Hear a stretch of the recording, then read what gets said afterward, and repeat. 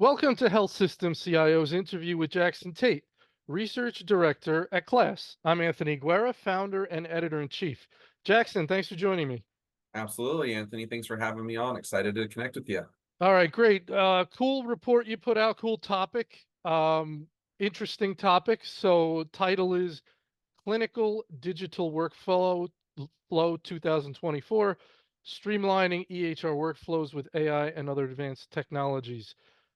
So looking forward to chatting with you about that. We'll get into that in a second. You want to start out just briefly telling me about your organization and your role over there?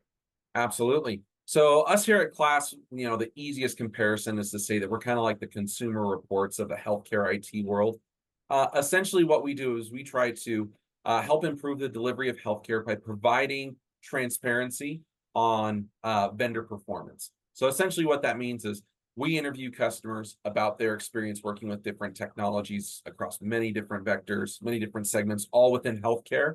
We anonymize that feedback and publish it out so that others who are looking at saying, hey, I'm looking at EHRs, I'm looking at analytic systems, I'm looking at clinician digital workflow solutions to help augment some of the stuff I'm doing within my EHR. We try to be a resource for them to go to and use our research to say, what might my experience be like if I partner with one of the vendors that are in the space? So that's kind of the background. Right. So you guys have a million things you could be looking at. You decide, just give us a little info on sort of how a new report, I don't know how new this one is or if was done last year and the year before, but how you decide what you're going to focus in and do a report on. And if you want to talk specifically about this one, how it came about that this was something worth tackling. Yeah, no, it's a great question. So the way that we determine what research we do is largely determined by customer uh customer needs, customer inquiry. So customer to us means anyone who is purchasing an HIT vendor solution or services. So that can be health systems, hospitals, clinics, et cetera. That could be health plans on the payer side. And we do some other markets as well that are much smaller, but this report exclusively focused on the hospitals and clinics and their research needs. So in the last, it was kind of interesting. I kind of inherited this space a little bit. So what happened was we were doing research in obviously the EHR in areas like clinical decision support, the UpToDates and the Dynameds of the world. And we started hearing from hospital and clinic and physician group leadership saying, "Hey, we're interested in these new tools, some of which we measured in the report, like Transformative Med and Navina in regard, saying, we want something that helps us get more out of our EHR and the information that's in there without us needing to spend more time, sifting through, coming through that information." And the those vendors got brought to our attention from the providers, from the hospitals and clinics, saying we're interested in this. So it honestly just started organically as a one-off basis, saying, "Hey, we're interested in Navina. Hey, we're interested in Transformative Med." Regard ultimately culminated into us doing some early preliminary research, and we kind of just tied the space together, saying, "Hey, some folks are asking us about Transformative Med. It sounds really similar to what we're hearing about customers talk about Navina and Regard." And so we kind of pulled together this category to say, it sounds like these are all solutions that are trying to tackle very similar problems with relatively similar approaches, which is that of clinician efficiency. So Hmm. we pulled that together and created this kind of new emerging category that it's weird. It's kind of like discovering a new species of a sorts where we're not quite sure exactly what parameters are around it, but it definitely there's a lot of energy from these physicians and these nurses and these clinicians saying, "Man, it's awesome. I don't have to document nearly as often. I don't have to document as late. I don't have to go take my charts home and do chart review and documentation late into the night nearly as often when I'm using these tools." So it's exciting to be kind of in this position to see these technologies really coming out and making a difference for our care providers. Yeah, great points. And if we think about sort of the genesis of this, you're not going to have CIOs and CTOs sitting there going, I think we could make our clinicians more efficient. That's not how it's not how it goes down. It goes down when you got angry. You talked about working late, right? And they call it pajama time, right? They got to go home. They got to chart. It's miserable. This is all related to burnout. This is related to um, it being difficult and too many clicks and all these kind of things. So, in my mind, that's the progression. It's unhappy clinicians, and that gets back to leadership. And leadership says there's some of this unhappiness has to do with the technology we're giving them direct. Like we know it. We're doing surveys, whatever. Hey, Mr. or Mrs. CIO, do something because they don't like this stuff. It's not working for them, or fix this. And to me, that's what this is. That's what these technologies are. It's a way to assuage or to improve that experience. I mean, correct? No, I would 100% agree. I think if you look back at the meaningful use journey of how these EHRs were developed, a lot of hard work was put into making these systems compliant, making sure that these systems supported IT infrastructures, that it worked within a growing and evolving IDN system of hospitals and clinics all trying to connect one to another. But ultimately, the requirements for billing, the requirements for coding, the requirements for that IT infrastructure, it did have an impact on the clinicians. It impacted the frontline folks who are taking care of us and our family members. And so with that not being, the complete, not necessarily, I'm trying to think of how I would say this.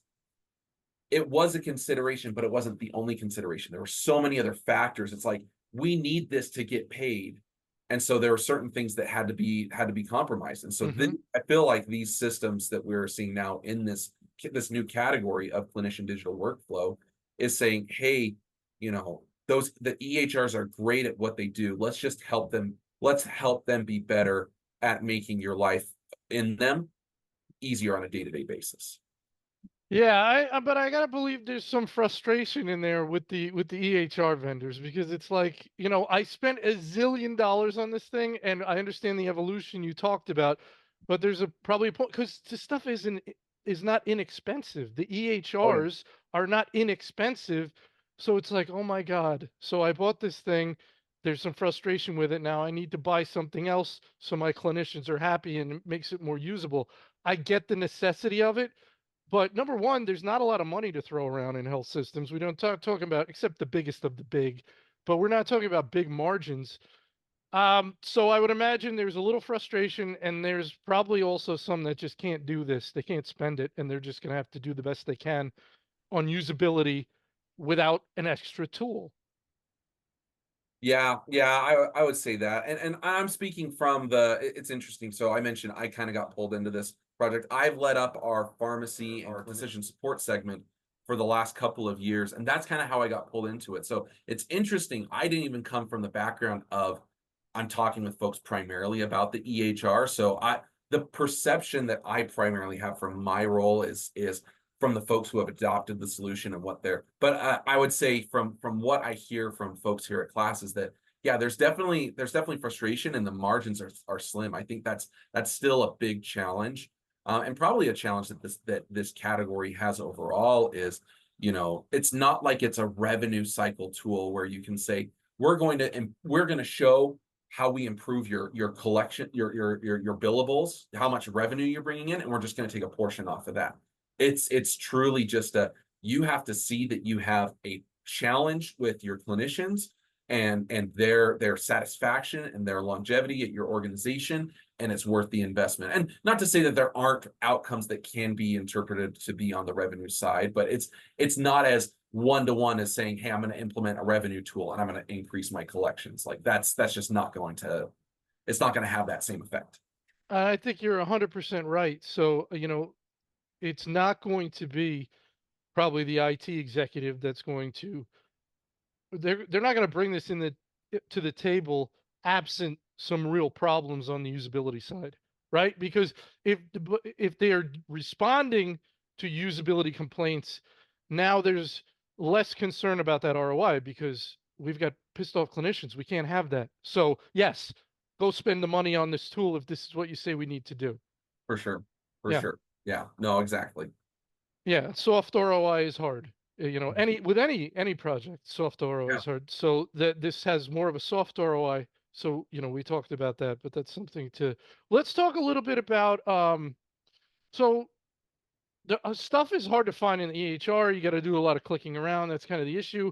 AI is coming in handy everywhere, and this is no different, right? This is an area where you might not even, I don't even know if you would have these tools if it wasn't for AI. If AI is really what makes the tools work because it's grabbing all the data from where it needs to find them. But talk a little bit about AI and your thoughts on how that's affecting the space. Yeah, no, it's a great question. And it's interesting because, I've been in healthcare long enough to know that, there's a buzz around generative AI, but there's been AI discussed in the space for years, even before, the generative AI kind of trend that's happened in the last just couple of years. So these companies that we measured in this report, they've been around for a while. I just spoke with a customer of one of them today who's said that they've been working with the product for right at about 10 years or Oh so. wow. They've been around for Yeah. a while and using them. So the implications of AI is not necessarily just, hey, we're going to summarize these notes for you, but it's, hey, we can look at the context of your role, what patient you're seeing, what's been recent in their medical history. We can determine what are the pieces of information to bring to the surface. Hmm. And I think that the success of these tools, and just the energy and the excitement in the market around these tools, it's aided by that excitement that's coming around generative AI and the implications of further optimizing some of those pieces by saying, we're going to get even better about what information we're summarizing and providing to you. Or on the flip side, you think about the documentation side of things. Can you take a risk score for a patient and then have generative AI summarize that into a structured note that then you can look through that, make a few edits, populate it into the EHR, and it goes to all the places that it needs to within the EHR, Hmm. decreasing that documentation time in addition to the chart review and the patient review side of things. That's where AI does have, the opportunity to really make a difference. And, folks are saying that it's making a difference. Looking at the report, all of these vendors are scoring incredibly well, which means their customers are happy. They're saying it's worth the investment. It's worth the time that they're spending to get it set up, and the resources they're spending there. So the implications there is that, yeah, it's driving outcomes. Yeah, so we would assume that on their end, on the health system end, the CIOs are doing surveys, or their marketing is doing surveys, or HR is doing somebody's doing surveying the user base. And what you would hope to see is you're going to not hope to see poor scores, but let's say pre-implementation of something like this, you're getting poor scores. That's getting over to IT. Fix this. IT puts in a system, one of the systems, and post implementation and optimization, you're seeing improved scores. Then they talk to KLAS and they say, yeah, these tools are working out. Right. That's Yeah, my that's the idea of goal. how. Yeah, Yeah. 100%. That is the goal. You want to be able to say things are better because we brought this in. Yeah. 100%. Yeah. And you feel like that's the case because otherwise these vendors wouldn't be scoring well. I think so. I Yeah. think so. Yeah. And again, it's still an early market, so I want to say that with an air of cautious optimism. Hmm. That ultimately, these early adopters saying, "Yep, they're seeing the outcomes. It's worth their time. They're planning on sticking with the tools." So I think the big question that the only reservation I have before saying, "Yeah, it's 100% driving outcomes. It's making a difference," is just we need to see more adoption across the market before we can say, "Yeah, this definitely is making a big sustainable, repeatable difference." Very good. And how would you say the EHR vendors are playing with these helper systems is a word I came up with. They're sort of optimization tools because listen, if somebody says, "Oh, we've got this tool that's going to make your tool better," you might get offended. You might say, "Well, there's nothing wrong with my tool. I don't need to integrate with a helper. We're just fine." Obviously, that's not the case because you've got some integration there. Are Epic and then Oracle slash Cerner, Meditech, are they very open to working with these helper systems? No, it's a great question, and so I'll answer this with a caveat of, since we're still early, I only have very anecdotal information there, and most of the time, we're speaking with customers who have been successful with those integrations. So we're not talking with folks who have told us, hey, we really want to do that project, but we just can't get our EHR to come to the table. So we're not Right. seeing that yet. So I don't have a lot of evidence to say, yeah, that they are or are not. I mean, obviously there's evidences of them working well with some of these folks. Like, you mentioned Oracle, one of the vendors in the report, Transformative Med, like that's kind of their bread and butter. We found Uh-huh. in the report is that's who they work with others as well, but that's really kind of where they cut their teeth. And so they're kind of specialist in that field. And it seems like each of the vendors that we measured kind of has a different category where they kind of are specializing. Again, since they're early, they Mhm. want to learn one EHR, they want to learn what it takes to interface with it, and what those clinicians need on a regular basis. What are the things that they're looking at? And so I would say for right now, it seems like the EHR vendors are playing ball. I know anecdotally there are some of the vendors in the category, not the EHR, but the vendors in the report, that would say, yeah, there's maybe some vendors who have not yet completely come to the table, or they're preferring to work with one system over another. But there's not much else that I would say that where it's like, oh yeah, the EHRs are antagonistic to this. I don't think that we're at that point where it's quite to that point yet. So Any other thoughts you have on the report, things that I'm missing, interesting points or points you want to make about any particular vendors that are covered?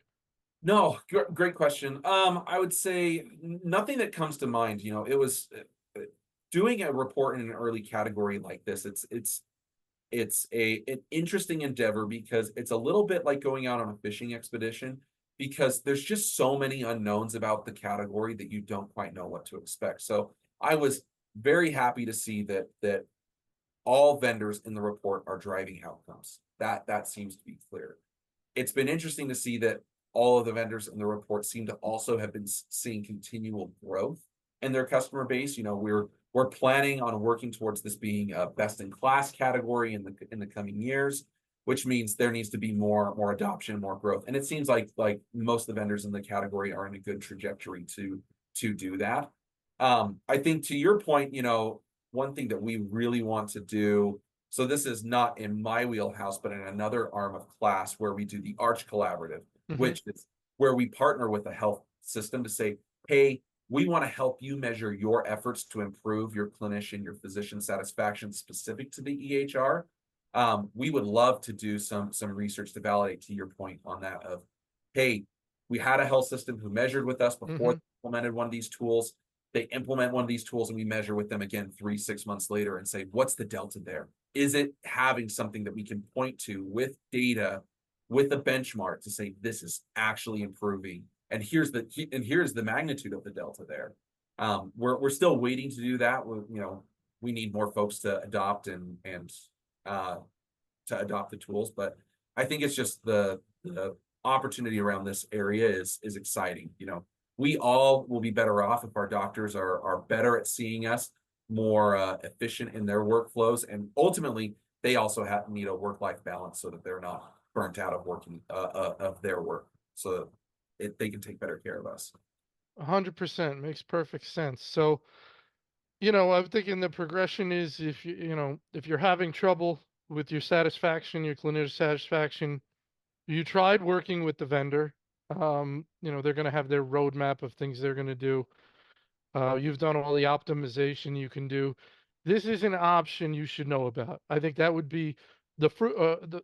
What we want to come from this interview, what you want to come from your report, is for the IT executives that know they have a problem, know that this is something to look at, and this is another possible option for you to improve that user experience. Would that be correct? 100%. Yeah. Yeah. Yeah. It feels like this should be considered. There's tons of options Hmm. for improving, clinician efficiency. That's kind of like the macro Yeah. sort of over all of this. There's tons of different options to do that. I think that this should be a weapon in the arsenal. Perfectly stated, and I'm sure your report will help them understand, navigate the space. So, Jackson, I want to thank you so much for your time today. I really appreciate it. Absolutely. Thanks, Anthony.